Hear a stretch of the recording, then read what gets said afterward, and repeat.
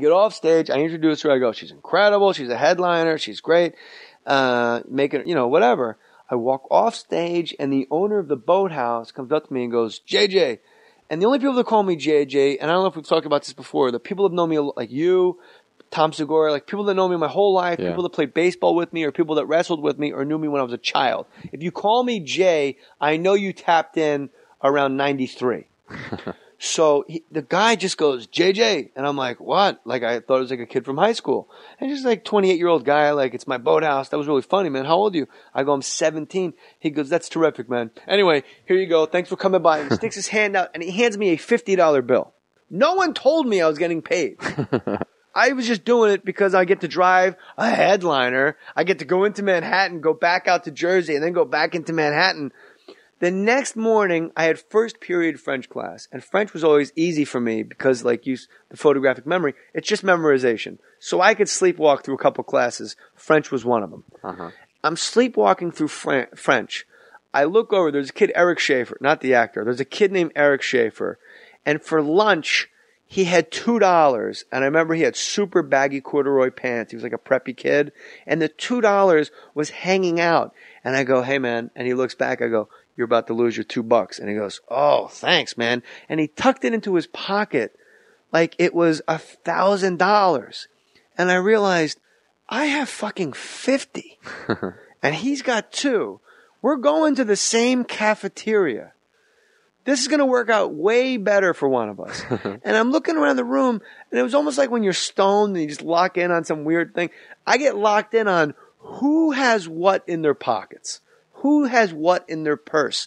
And I'm like, she's probably got $8. She's a broad, she's probably buying makeup, this, that. And I realized no one in my AP French class had $50. I had $50.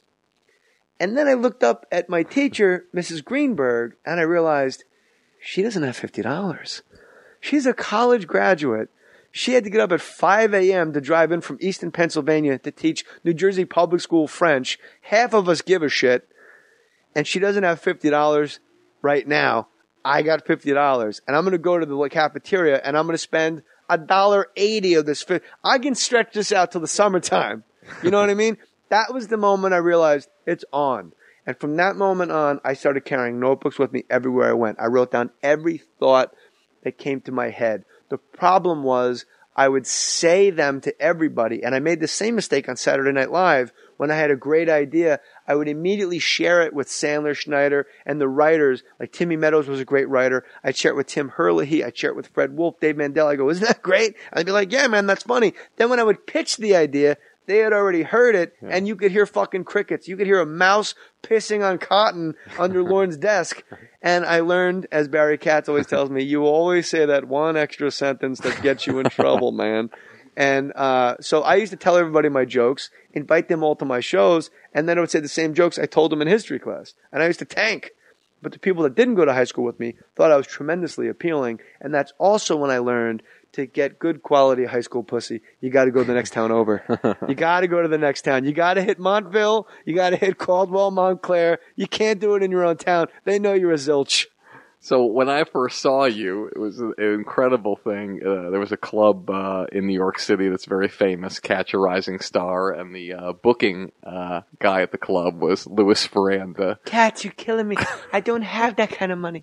Who now is the Caroline's. Booker at Caroline's. And he's a great guy. We love him. Great guy. And you go to Catch a Rising Star, and the lineups there were just incredible. And I used to go there all the time. And I went there one night, and I saw you perform when you were like 17 or 18 years old, and 17. It was like magical in this place of Well, people root for you too. When a 17-year-old gets up there with balls of steel and he has like a semblance, if he has the math down, if it's kind of like a studio audience for a sitcom. A lot of it ain't funny.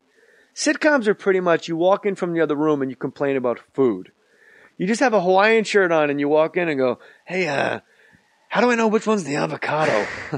And then you turn around and walk out, and the audience goes, that is the exact rhythm and pacing of a joke. Yes, we like that guy. But the thing I felt when I saw you the first time was like, because when I started doing comedy, my first gig that I ever did was in Cape Cod, and it was with Kevin Meaney and a guy named Brian Powers. I don't don't care. And there was a young 17-year-old on the bill, Dana Gould. And Dana had no fear when he was on stage. Dana's incredible. And you had no fear. And it was like the first time since I was, doing comedy where I was in New York and seeing that. And it was just an incredible feeling knowing that there was another person out there who had that. Because when somebody has that skill and that no fear in that zone, you know they're capable of doing anything. And the thing is, I walked off stage. Barry Katz was one of these guys. He had a lot of one-nighters. One-nighters were the thing. Nobody wanted to play the Improv for a weekend. If you could hook up with a guy like Barry Katz with one-nighters, he would put you out on the road for 5 nights, like Tuesday through Sunday, whatever 5 nights comes out to, and he would hand you a check for $900. This was legendary in 1989, especially for a 17-year-old that's bussing tables at the Friar Tuck Inn in Cedar Grove. This guy's got the gigs. He's got Rhode Island. He's got this. And I had 50 different comedy clubs. He had like 51 nighters, so you could literally stay in Boston for 3 months and make $900 each week, that's a lot of money now. And so I woke off stage. He tells me I'm really super funny. And I'll never forget this. And I go, great. I would really love to do your circuit. And he goes, man, I got to tell you, you're a real funny guy, but hate to break it to you, Papa, my rooms would fucking eat you alive. And I become 1 inch tall. The guy just told me how great I am, and I'm like, great, let's get it on. He goes, no way, man.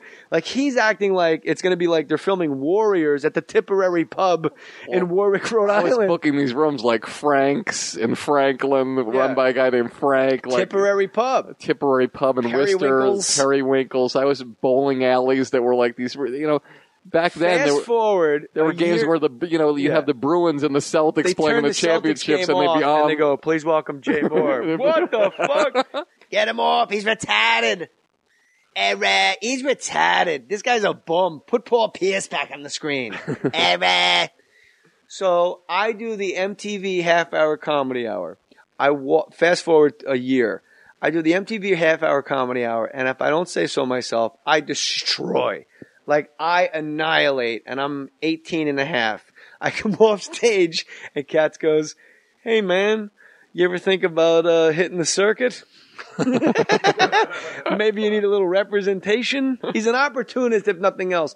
And when I was 18 years old, I signed with Barry, and now I'm 71, and I'm 40 years old. And actually, I'm going to tell you that you're actually wrong about that. What's up? Because I didn't see you do a set on a television show. Oh. I saw you do a set at Catch, and then we met at an Italian restaurant on Thompson Street or something. Where You're wrong.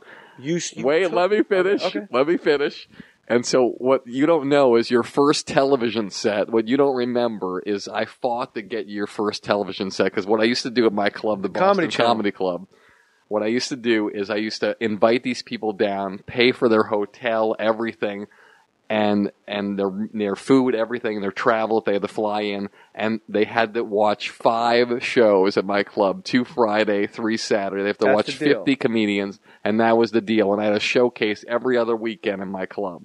And so I have the Comedy Channel into my club, the LA office comes in, and the New York office together.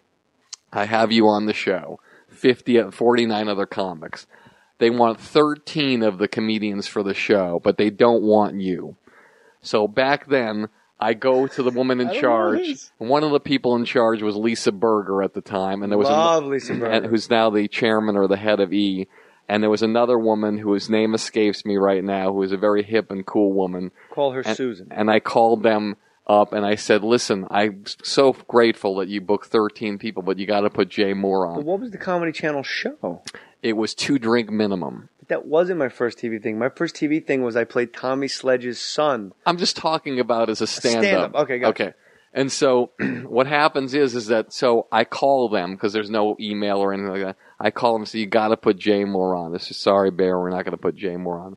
And then I started my thing that I always did. I started faxing. We got to put him on. So this is the funniest thing. I don't even remember this. So I'm in my office, and after I've exhausted every opportunity, I'm like, these people are unbelievable. A fax starts coming in, and I'm looking at it from my office. I'm like about 10 feet away, and I notice there's an outline of like a scissors, open scissors on the fax, and it's a one-page fax. Like someone copied scissors. Somebody traced a scissor on the thing, a big scissor. I take it out, and I look, and it says Jay Mohr deal memo, 2-drink minimum. And it's the whole contract. It was like $400, and handwritten at the bottom is, if Jay Mohr doesn't do well on this show, we're going to cut your balls off. And I called you up and I said, you got your first television show, and that was the one. I did well? Oh, you killed. It was a great show. So then MTV Half Hour Comedy Hour came after that? All right. Any more questions? What do you got? I have some more questions, if you don't mind. I have some great questions that I want to ask you that I think would be interesting for people. So when you start doing comedy, one of the things that's amazing is like there's this thing in your mind, whether you call it a monitor or whatever it is, where you're aware. Monitor. Now you're talking, buddy. Yeah, and we'll talk Zen about in the art of comedy. And you'll talk about the monitor in a second. But what happens is that you have this thing where you don't admit to anybody that you think anybody's funnier than you. But there's always a guy or guys out there when you're going into a club and you're thinking to yourself, I don't want to follow this motherfucker. And so what I wanted to ask you is, once you started getting good and you started getting your thing going and it started clicking, who were the people that you were like, you didn't tell anybody, but you're like, God, I don't want to follow this guy? One person. I'll tell you, I followed Red Johnny and the Round Guy.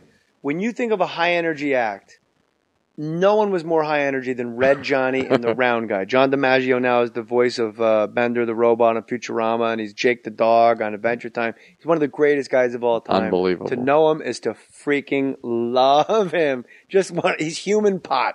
You're around him, you just start giggling. All right! And Red Johnny and the Round Guy, we did the University of New Hampshire together, and I had to follow them. I was the headliner because I had done MTV's Lip Service. Hoity-toity. Those guys are doing rap songs. They're literally doing somersaults on living check to check. Ew, but we're funny. Wick, laugh. And like they have cues and sound cues. And like they might as well be Great White in a club in Rhode Island. There's like pyrotechnics. These guys are bringing it. And I'm in the back of the room. And I'm going, this is going to be a freaking unmitigated disaster. I quickly look at the student activities director, and we didn't have hotel rooms. They put us up on campus. That changes once you get a little juice. And I had a suit because I had auditioned that day in Manhattan. I go, can you take me back to my room really quick? Really quick. Like right now, really quick. And this is 8 minutes into their show, and they're doing, and they're singing, and they literally are flipping and carrying each other. And I go back to the room, and I put my suit on, and I tie my tie, and I change. I was just in like jeans and a t-shirt. And I realized there's no way I'm going to be able to follow these guys if I'm like, how's everybody doing out there tonight? They're going to be like, good. I don't know if you know this, but those guys just fucking killed. Are you really going to yell at us? Are you going to be the high energy comic? Because there was just 2 of them. Are you going to outdo 2 guys that rap and do somersaults, you idiot? You dingbat, you. So I put on a suit and talk about just when you got to bail water in a hurry. I made a decision. I cannot possibly follow their energy. So what I'm going to do instead, Dennis Miller was one of my idols. The Off-White album, Mr. Miller Goes to Washington. I worshipped everything Dennis Miller said before he went bananas. You used to be able to repeat the whole album. Because it's one of the funniest things. Denny Terrio replaced... Adrian Zemed replaced Denny Terrio on Dance Fever. Zemed, there's a huffer, huh? I haven't seen choreography that stiff since the Lee Harvey Oswald prison transfer. Don't you love the fact that Jack Ruby got into the garage that day? Hey, the guy that owns the local titty bars here, he's got a handgun. Should we let him in? Yeah, let him in. Who the fuck were they turning away? So I decided I'm not going to even try to follow their energy. I'm not going to touch the microphone. I'm going to get it to where I need it, and I'm never going to take my hands out of my pocket, and I'm going to dial it all the way back. And I did an hour show, and I never took my hands out of my pocket. And I did my entire set imagining how Dennis Miller stands at a mic, and every once in a while I'd flip my hair like a jerk. Not that he's a jerk, but I was a jerk for imitating him, and I killed. It was too bizarre for words. I never cared about following anybody. If you go up to bat and you hit a bomb, let's go back to back. Let's do it. But here's the thing. Dave Chappelle, and not for the reason you think. Dave Chappelle is one